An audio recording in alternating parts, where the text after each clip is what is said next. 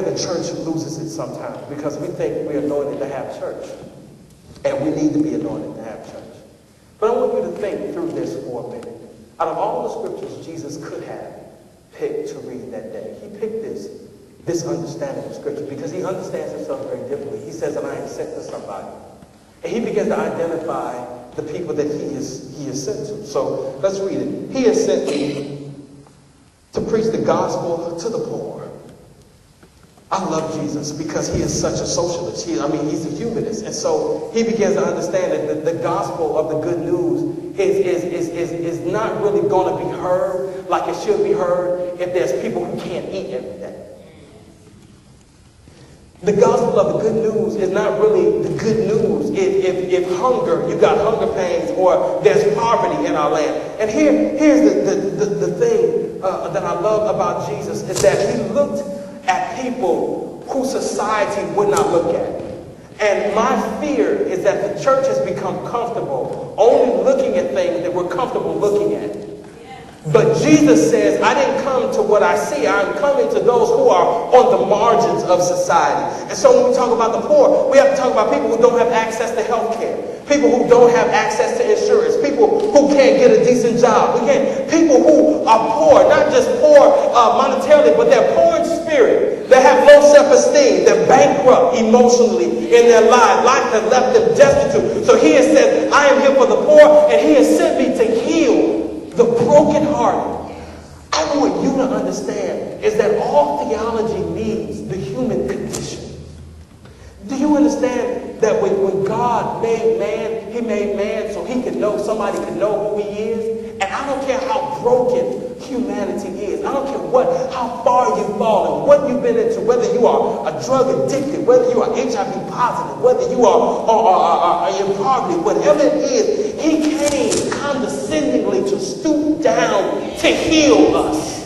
The problem with the church is that when we get healed a little bit, we start looking down on people who have not been transformed like we've been transformed.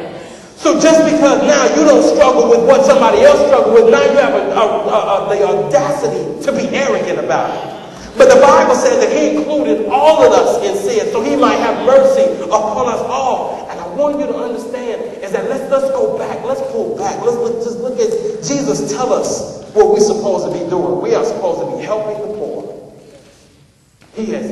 We are supposed to be helping the brokenhearted. The reality of broken hearts in America and all across our land is so evident today. When we look at the dysfunctions in all of our families, Lord have mercy, and the transitions that we make in relationship, all of us come in with a broken heart. And there's one translation that says he is sent me to bind up the broken heart. When you bind something up, when somebody gets a very deep cut, the first thing you do, you have to stop the bleeding.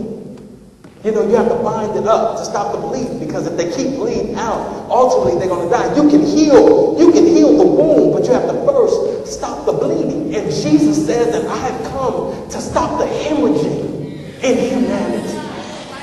That if I don't come and bind this broken and teach you how to heal somebody else and heal yourself, he says that you'll lose life, you'll lose blood, and ultimately you'll devour one another. And so I'm so glad that one day I gave him my broken heart.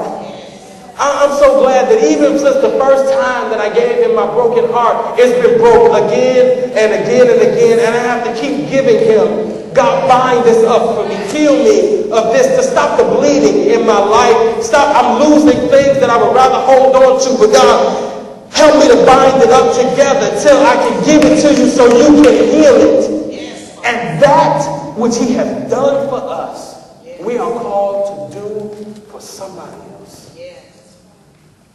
The broken-hearted, the reality of people who aren't what they really should be. The reality of someone who is struggling, not knowing who they are, what they need to do, or where their life needs to go. God sent us to those people. God sent us to those people who may be HIV positive and cannot find a place to find love and hope and and delivers. He sent us to them. He says, go heal them. He has sent us to heal the brokenhearted. Let's go back. I'll wrap this up. Sent us to